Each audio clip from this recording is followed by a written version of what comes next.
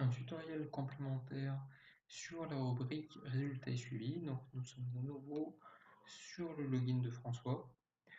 Nous allons dans la rubrique résultats et suivis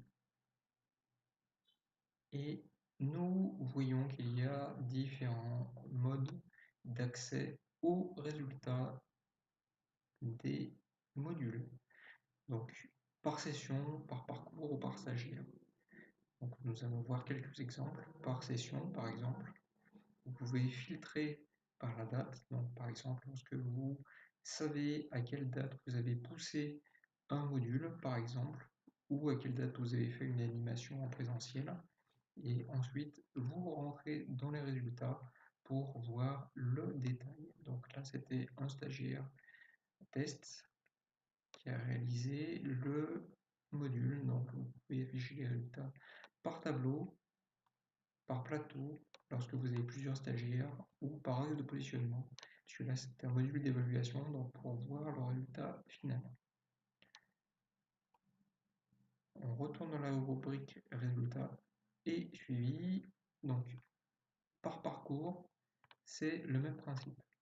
Donc vous pouvez filtrer par date et aller voir les résultats. Voilà pour un parcours de révision avec un stagiaire test et vous pouvez voir où le stagiaire en est. Là, les thèmes sont non verrouillés, c'est-à-dire qu'il n'a pas encore terminé le précédent. Et enfin, la rubrique stagiaire où vous pouvez aller voir directement